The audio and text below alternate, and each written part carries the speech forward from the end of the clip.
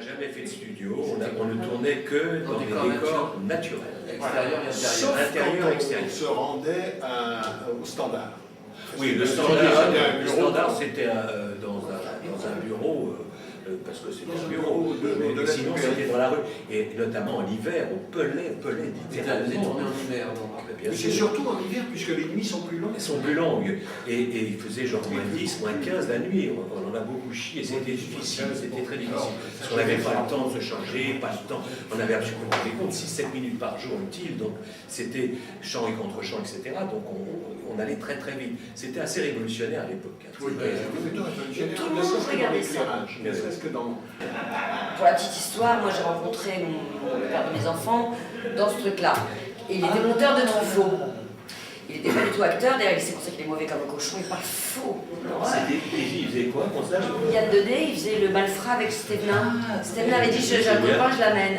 Et le copain il avait quand même 4 phrases à dire. Pour rien, il est reparti. Il est reparti avec moi. Il a eu des enfants et tout. Mais et Truffaut regardait, je crois pas que ce soit à cause de ça, il regardait un jour, il m'avait téléphoné, c'est vachement bien cette série. Je lui ai dit, il faut regarder ça. Parce que, pour vous dire la vérité, contrairement à mes confrères qui ont l'air très fiers, moi j'étais pas fière de faire ça, parce que j'étais habituée à faire du théâtre dans les théâtres subventionnés, c'est-à-dire chic. Voilà. Et je pensais que j'étais née pour dire des grands textes. Alors, Médecin de Louis, c'était pas vraiment des grands textes. Et donc, voilà. Et donc, souffrez-vous. et donc quand Truffaut m'avait appelé pour me dire qu'il allait trouver, je me suis dit, mais il faut regarder pas une chose pareille, si. Et donc j'étais très, voilà. Et c'était pour ça d'ailleurs que je suis partie au bout de la deuxième, troisième. Quatrième. Non. Oui, la dernière saison qui était allemande. Oui, j'ai eu le bonheur de partir en Allemagne. À l'époque, il y avait encore le jeu. Alors une autre fille. On a tourné à Berlin, comme moi, effectivement. à l'époque. À l'Église, j'ai tourné en Allemagne. Oui. Mais ce que mes camarades ne savent pas, c'est que j'ai été employé comme nègre par Kouchner. Et Faut j'ai écrire.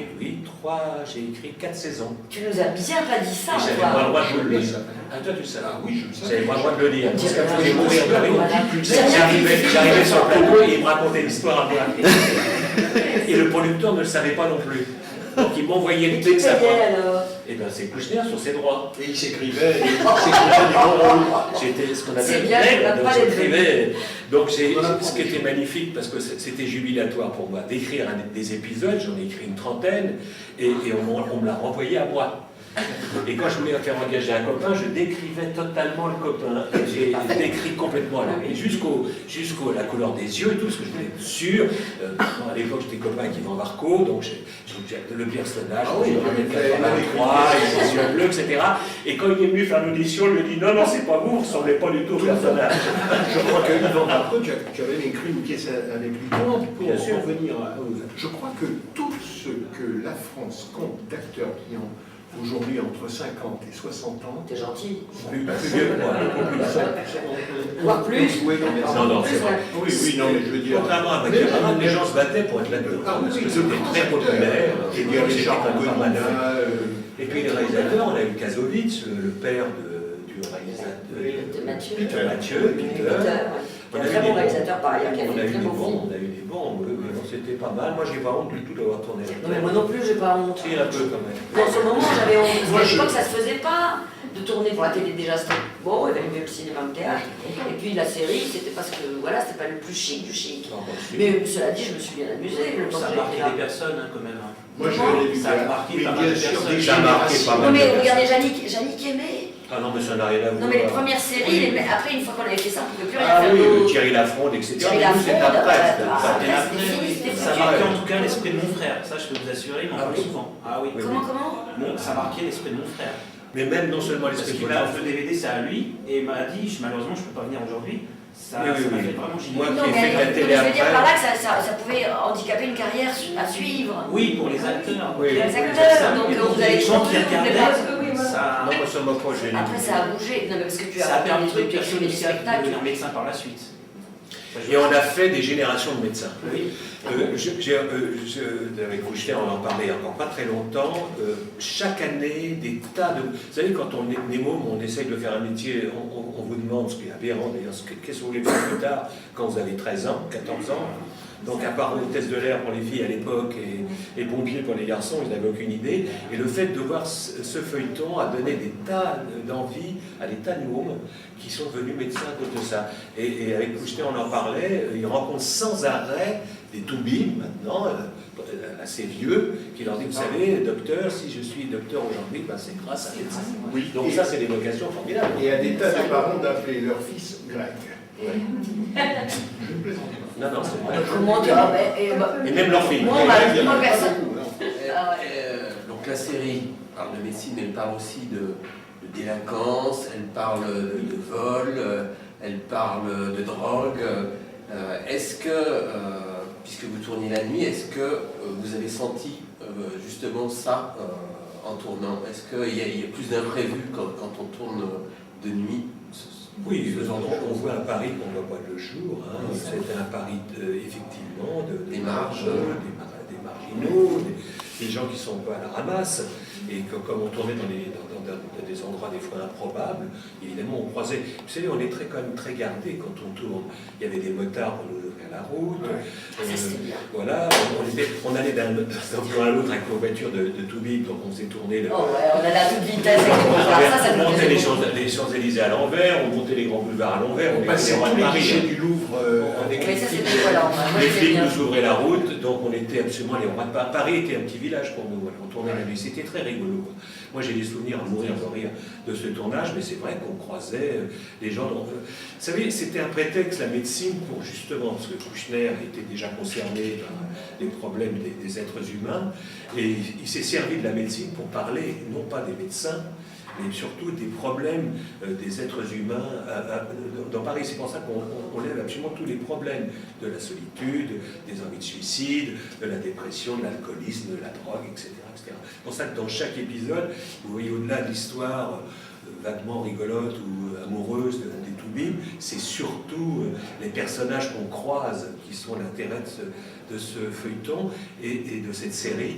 Et je crois qu'un jour, on s'en servira pour effectivement raconter les années 80 ou les années 70 dans Paris. On a une image de Paris assez fidèle. Voilà. Alors, je vais juste dire un truc que je vous ai dit à vous tout à l'heure, c'est-à-dire que c'était donc il y a 35 ans. Bien sûr qu'on croisait des gens, il y avait des prostituées sur les trottoirs, enfin c'était pas tout. Mais c'était beaucoup plus doux, Oui. enfin moins dur. La société. Parce que moi, j'ai un petit protégé chez moi qui est équatorien indien. Il est indien, mais vraiment indien, quoi. Avec les pommettes, le machin, les cheveux noirs. C'est pas de sa faute. Et c'est pas ça, non. Et il fait ses études de cinéma de Sciences Po à la fac. Il se fait tout le temps arrêter. Et il a regardé ce matin avec moi cet épisode où le flic dit oui, passez madame, ça va, ça vient, les flics s'écartent, tout ça. Il regardait ça, il dit ah, c'était comme ça avant. Oui, c'est ça. Aujourd'hui, c'est pas du tout comme ça. Moi, aujourd'hui, je suis obligée de dire dans mon immeuble, j'héberge un jeune homme, il est le fils d'une amie, dadadi. Sinon, avec la tête qu'il a, parce qu'il a vraiment une tête, heureusement, il est tout petit et tout maigre. Mais s'il était grand et fort, il se ferait arrêter 4 fois plus, et dans l'immeuble, j'étais prête. Oui, J'ai traîné. société. Alors qu'avant, moi, voilà, on avait qui, on brûlait chez soi. Enfin, je veux dire, il n'y avait pas de code. J'ai remarqué ce matin, il n'y avait pas de code. On rentrait comme ça. Non, la société est plus douce, hein, la société. Ça, c'est notre génération. On l'a vu changer. Ah ouais, oui. On l'a Non, vu changer. comme des doubles codes, des.